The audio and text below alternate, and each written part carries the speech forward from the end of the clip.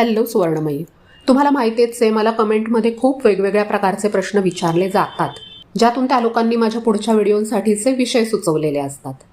त्यामुळे आज मी कुटुंब आणि नाती ह्या संदर्भातल्या 3 प्रश्नांची उत्तरं देणार आहे. पहिला आहे, सुनेला माहेरची ओढ असेल तर सासूने काय करावं? दुसरा, आजकालच्या मुलाशी आणि सुनेशी कसं वागावं? आणि तिसरा, एकत्र कुटुंबात जावाजावांचं पटत नसेल तर काय करावं? शिवाय आपल्यापेक्षा लहानांशी पटत नसेल आणि मोठ्यांशी पटत नसेल तर ह्या दोन्ही प्रसंगी स्वतःला कसं सांभाळायचं हे पण मी शेवटी सांगणार आहे. त्यामुळे व्हिडिओ हे 2-3 प्रश्न आहेत ना, हे आज प्रत्येक घराघरामध्ये मनशांती भंग करत आहेत. मला विश्वासाने प्रश्न विचारले गेले म्हणून मी ह्या विषयावर बोलते. बाकी ह्यात एकच एक फॉर्म्युला कुणालाच देता येणार नाही, अगदी तुमच्या जवळच्या नात्यातल्या आणि घरातल्या माणसांना सुद्धा. कारण व्यक्ती तितक्या प्रकृती. प्रत्येक वेळी एकाच चुकत असेल असं नाही, आणि जज करणारा, न्यायनिवाडा करणारा माणूस प्रत्येक वेळी तिथं हजर असतोच असं नाही.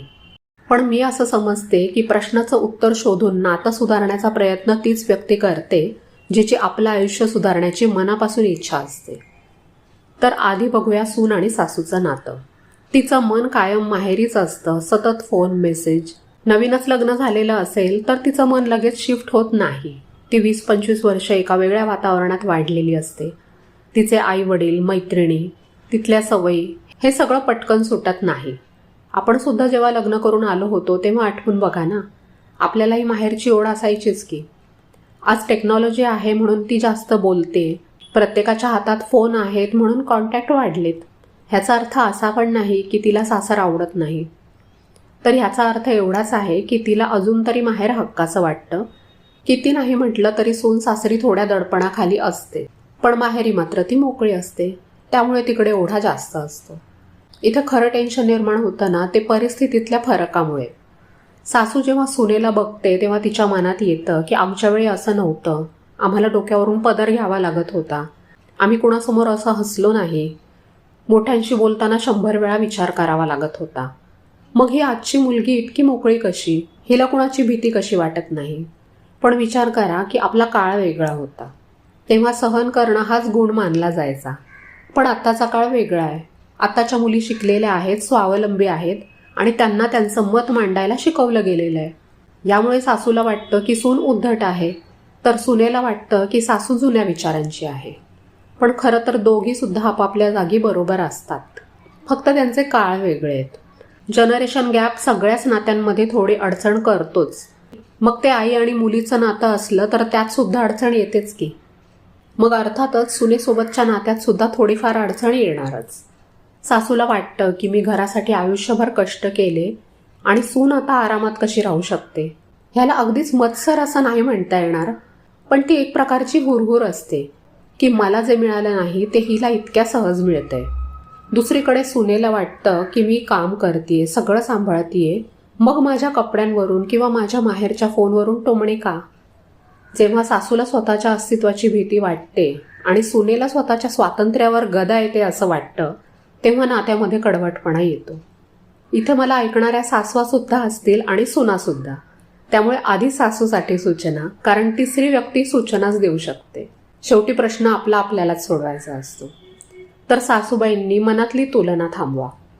आमच्या वेळी असं नव्हतं हे म्हणणं बंद करा. काळ बदललाय हे मान्य करावं लागतं. तिचं मोकळेपण, तिचं स्वातंत्र्य ही आपली कमाई आहे असं माना. तुमच्या कष्टांमुळेच आज तुमच्या घरची सून इतकी सुखात आणि मोकळी राहू शकते, ह्याचा अभिमान बाळगा. तिला हक्काची जागा द्या.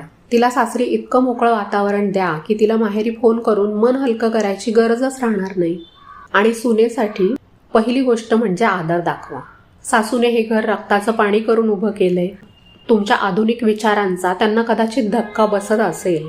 त्यांना फक्त एवढंच विचारा की आई तुम्हाला कसं वाटतंय किंवा तुमच्या वेळी कसं असायचं. थोडं त्यांचं मत विचारा, थोडं महत्त्व द्या, त्यामुळे त्यांचं मन सुखावतं. थोडक्यात काय तर मध्यबिंदू गाठा. काही गोष्टी सासूच्या सवयीप्रमाणे इच्छेनुसार करा, जेणेकरून त्यांना वाटेल की त्यांचं अस्तित्व अजूनही महत्त्वाचं आहे.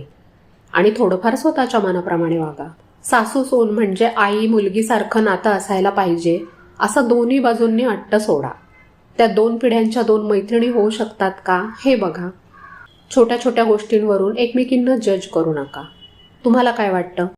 सुनेचं माहेरी असणारं मन स्वीकारणं सासूला जास्त अवघड जातं की सासूच्या अनुभवाचा आदर करणं सुनेला जास्त अवघड जातं? मला कमेंटमध्ये नक्की सांगा. दुसरा प्रश्न आहे, आजकालच्या मुला सुनेशी कसं वागावं? सासू झालेल्या खूप बायका एकाच गोष्टीत अडकलेल्या दिसतात.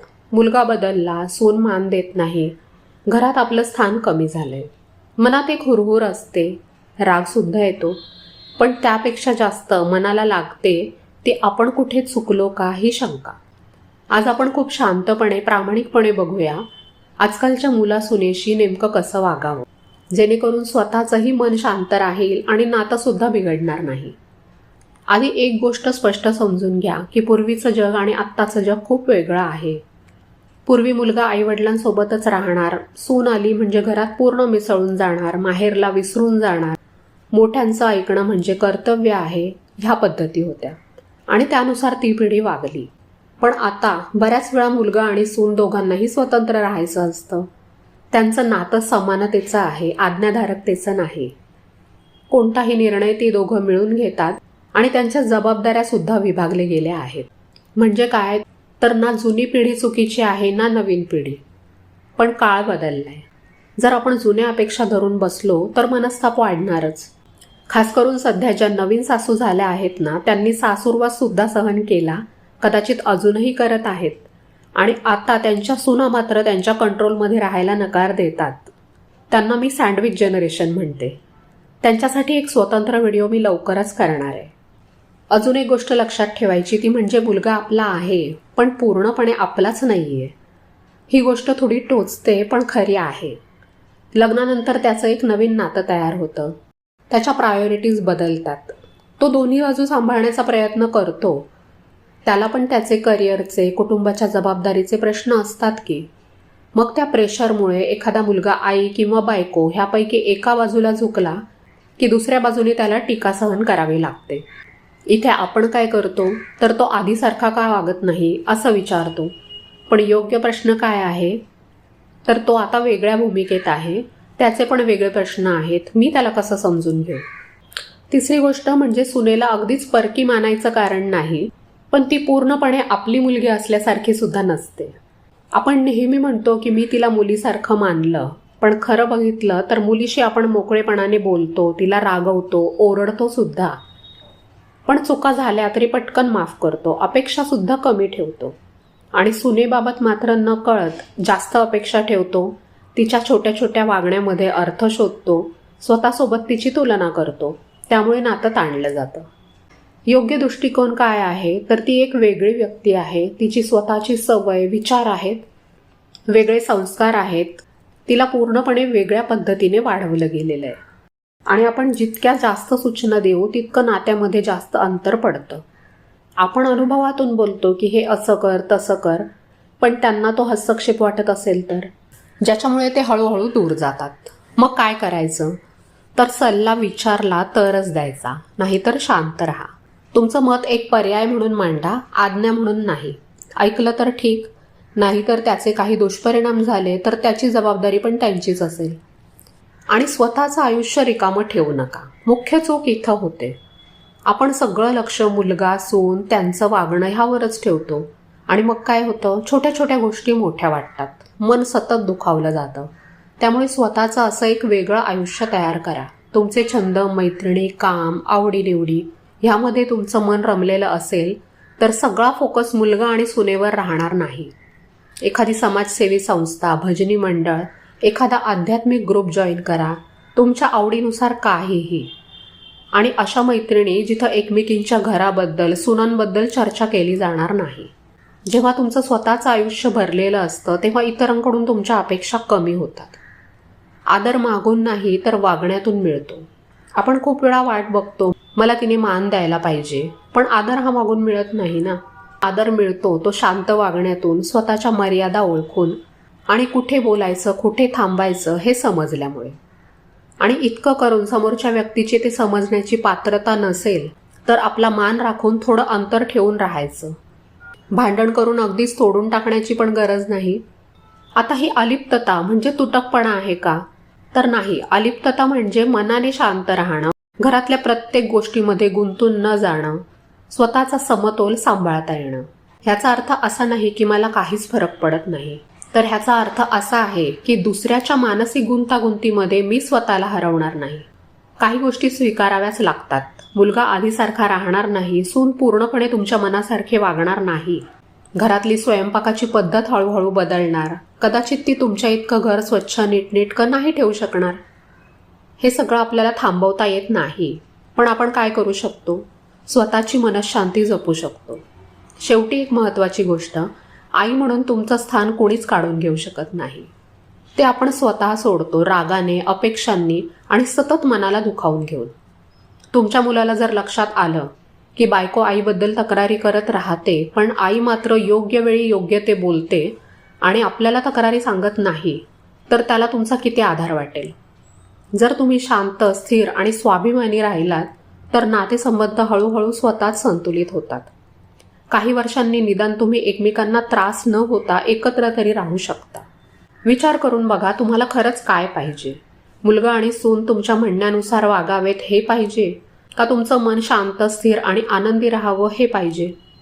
तर हे थोडक्यातच सांगायचं म्हटलं तर स्वार्थी व्हा, स्वतःला सांभाळा.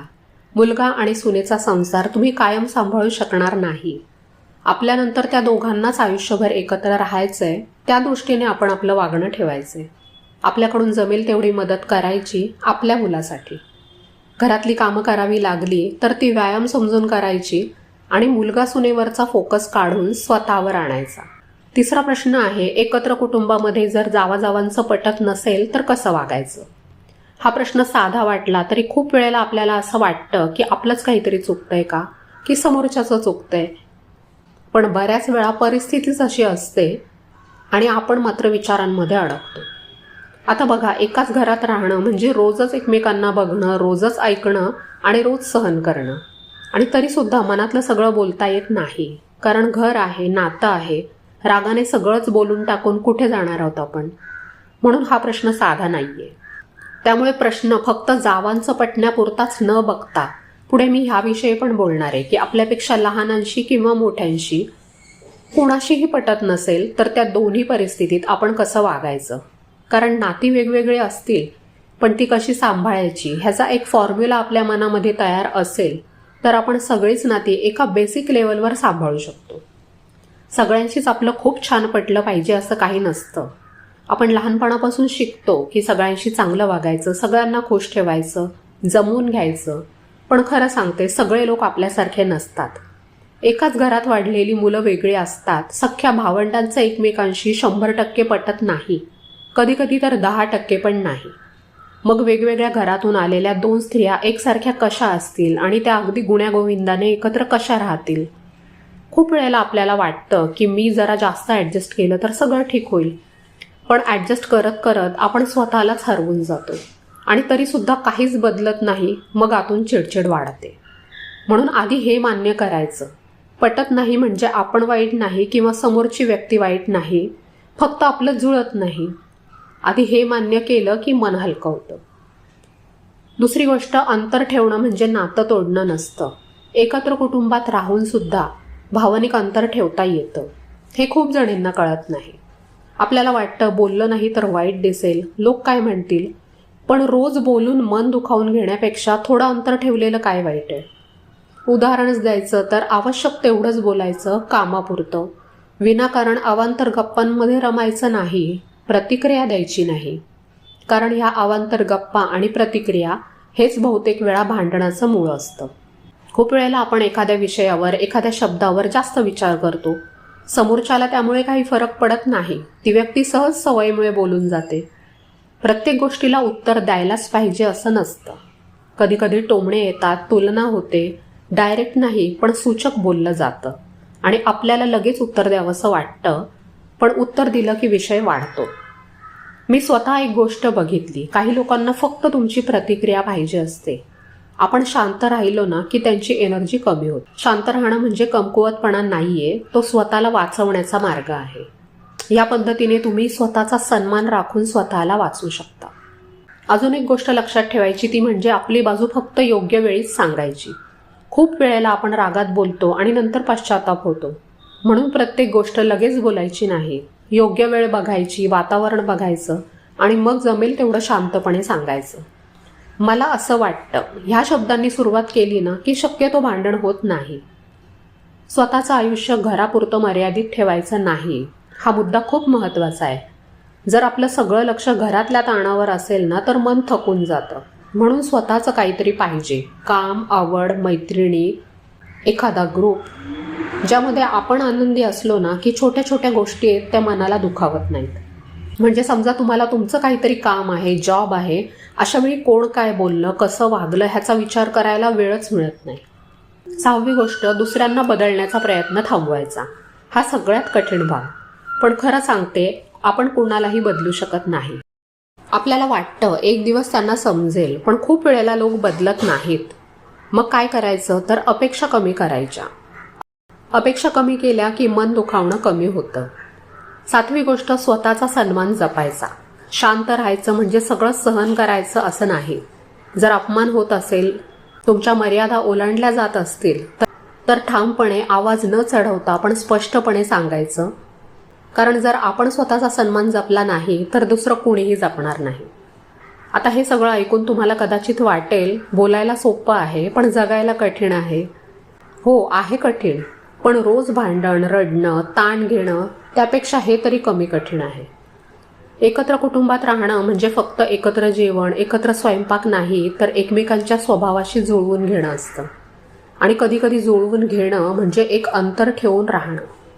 ओव्हरऑल काय तर घरातली शांतता टिकवण्याचा प्रयत्न करायचा आणि त्यामध्ये स्वतःला हरवायचं नाही. आणि नातं टिकवायचं, पण स्वतःच्या मनाच्या किमतीवर नाही. कारण शेवटी आपण आनंदी असलो तरच सगळं आहे. एकत्र कुटुंबात फक्त माणसं एकत्र राहत नाहीत, तर त्यांचे संस्कार, त्यांच्या सवयी आणि त्यांचे अहंकार सुद्धा एकाच छताखाली नांदत असतात. खूप वेळेला आपल्याला वाटतं की समोरची व्यक्ती मुद्दाम असं वागतीये, पण खरं तर ती व्यक्ती तिच्या स्वभावानुसार वागत असते. आता लहानांशी पटत नसेल आणि मोठ्या व्यक्तीशी पटत नसेल तर कसं वागायचं ह्यामध्ये थोडा फरक राहतो. तो पुढे सांगते. आपल्यापेक्षा मोठ्या व्यक्तींशी पटत नसेल तर काय करायचं? खूप वेळेला घरातले मोठे लोक टोमणे मारतात, जुन्या पद्धती आपल्यावर लादतात किंवा आपण कितीही केलं तरी त्यांना ते कमीच वाटतं. अशा वेळी आपण काय करतो? एकतर आपण उलट बोलतो किंवा मनामध्ये राग धरून गप्प बसतो. पण उलट बोललं की घराचं वातावरण बिघडतं आणि गप्प बसलं की आपलं मानसिक आरोग्य बिघडतं. मग अशा वेळी वागायचं कसं? सगळ्यात आधी हे समजून घ्या की त्यांची वाढ ज्या काळात झाली तिथले विचार वेगळे होते. त्यांना ह्या वयात बदलण्याचा प्रयत्न करणं म्हणजे भिंतीवर डोकं आपटण्यासारखं आहे. आपल्याला त्यांना बदलायचं नाहीये, आपल्याला फक्त त्यांच्या वागण्याचा आपल्यावर होणारा परिणाम थांबवायचा आहे. जेव्हा ते काही बोलतात तेव्हा त्याकडे एक माहिती म्हणून बघा, आज्ञा म्हणून नाही. मनाविरुद्ध काही सांगितलं गेलं तरी हो बघते मी किंवा तुमचं म्हणणं बरोबर आहे, पण सध्या मी हे अशा पद्धतीने करतेय असं म्हणून विषय थांबवायला शिका. आपल्याला त्यांना जिंकायचं नाहीये किंवा हरवायचं सुद्धा नाहीये, फक्त परिस्थिती हाताळायची. आणि तरी सुद्धा जर खूपच त्रास होत असेल तर त्यांच्याशी बोलणं कमी करा, पण वयाचा योग्य तो मान राखून. मनामध्ये द्वेष ठेवून वरवर गोड बोलण्यापेक्षा कामापुरतं बोलून स्वतःचं मन शांत ठेवणं जास्त चांगलं आहे. तुम्हाला कधी असं वाटलंय का की मोठ्यांचा एखादा शब्द तुम्हाला खूप लागलाय आणि तुम्ही दिवसभर त्याचाच विचार करत बसलात? मग विचार करा, त्रास कोणाला झाला, त्यांना की तुम्हाला? आता येऊया आपल्यापेक्षा लहानांच्या विषयावर. खूप वेळा लहानांना वाटतं की आम्हाला सगळं कळतं आणि मोठ्यांना काही समजत नाही. त्यांचा हा ॲटिट्यूड आपल्याला त्रासदायक वाटतो किंवा कधीकधी त्यांचं वागणं खूप बेजबाबदार असतं. लहानांसोबत वागताना आपण आपलं मोठेपण त्यांच्यावर लादायला गेलो ना की संघर्ष सुरू होतो. मग ती आपली मुलं का असेनात, तर त्यांना मोकळीक द्या. जर ती व्यक्ती तुमच्यापेक्षा धाकटी असेल तर तिला तिचे निर्णय घेऊ द्या, तिच्या चुकांमधून तिला शिकू द्या. आपण जेव्हा खूप हस्तक्षेप करतो तेव्हा वाद सुरू होतो. बरं, प्रत्येक वेळी दुर्लक्ष, त्यांना पाहिजे ते करून देणं किंवा प्रत्येकच गोष्टीत हस्तक्षेप करणं असा एक कल्ली विचार करून पण चालत नाही. एक बॅलन्स ठेवावा लागतो. कधी थोडं दुर्लक्ष तर कधी एक शुभचिंतक म्हणून का होईना 2 गोष्टी सांगाव्या पण लागतात. जर एखादी लहान व्यक्ती तुमच्याशी नीट वागत नसेल तर तिला जाणीव करून द्या की तुमची एक सीमा आहे. ओव्हर प्रोटेक्ट करणं किंवा त्यांच्यासाठी सगळं हजर करणं थांबवा. त्यांना त्यांच्या आयुष्याची जबाबदारी घेऊ द्या. आपल्याला वाटतं की आपण चांगलं वागलो की समोरचं पण चांगलं वागेल, पण तसं नसतं. आपली चांगली वागणूक जर समोरच्याला गृहीत धरायला लावत असेल तर तिथे थोडं स्ट्रिक्ट होणं सुद्धा गरजेचं असतं. आणि हे करताना मनात कडवटपणा येऊन देऊ नका. तिचा प्रॉब्लेम आहे, ती बघून घेईल, एवढा विचार आपल्या मनाला शांतता देतो. सगळ्यांना सुधारायची जबाबदारी आपली नाही हे स्वतःला वारंवार बजावून सांगा. तिसरी गोष्ट, प्रतिक्रिया देण्यापेक्षा प्रतिसाद द्यायला शिका. घरामध्ये काहीतरी घडलं की आपल्याला लगेच काहीतरी बोलायचं असतं, ही झाली प्रतिक्रिया. प्रतिसाद म्हणजे काय तर घडलेली गोष्ट शांतपणे ऐकून घेणं आणि त्याच्यावर विचार करून मग बोलणं किंवा न बोलणं. खूप वेळेला मौन हे सगळ्यात मोठं उत्तर असतं. बऱ्याच जणींना लगेच उत्तर देता न येणं हा आपला दोष आहे असं वाटतं. पण तुमचा स्वभावच तसा नसेल, तुम्हाला पटकन बोलायला सुचत नसेल, तर उगाच काहीतरी बोलून भांडण वाढवण्यापेक्षा झालेल्या घटनेचा शांतपणे विचार करून पुढे त्या व्यक्तीशी कसं वागायचं हे आपण मनाशी ठरवू शकतो ना. आपला मान राखत समोरच्याच्या वागण्याला अतिमहत्त्व द्यायचं नाही, ही खरी मॅच्युरिटी आहे. दुसऱ्यांच्या मान्यतेवर तुमचं सुख अवलंबून ठेवू नका. घरातल्या व्यक्तींशी पटत नाहीये म्हणून घर सोडणं किंवा नातं तोडणं हा नेहमीच पर्याय नसतो. त्यापेक्षा आपल्या मनाची एक अशी खोली तयार करा जिथे कुणालाही प्रवेश नसेल. बाहेर कितीही वादळ असलं तरी तुमच्या त्या मनातल्या खोलीमध्ये शांतता असली पाहिजे. मला तुमच्याकडून एक गोष्ट जाणून घ्यायची आहे.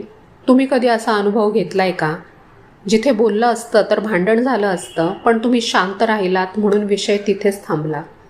कमेंटमध्ये नक्की लिहा, कारण खूप जणींसाठी आपण एकट्या नाही, ह्या गोष्टी घरोघरी घडतात हे कळणं हा सुद्धा एक मोठा आधार असतो. आजचा हा विषय तुम्हाला कसा वाटला? तुमच्या घरात सुद्धा अशी एखादी व्यक्ती आहे का जिच्याशी तुमचं पटत नाही पण तरीसुद्धा तुम्ही संयमाने परिस्थिती हाताळता? मला कमेंटमध्ये नक्की सांगा. तुमचे अनुभव वाचून इतर मैत्रिणींना उभारी मिळू शकते.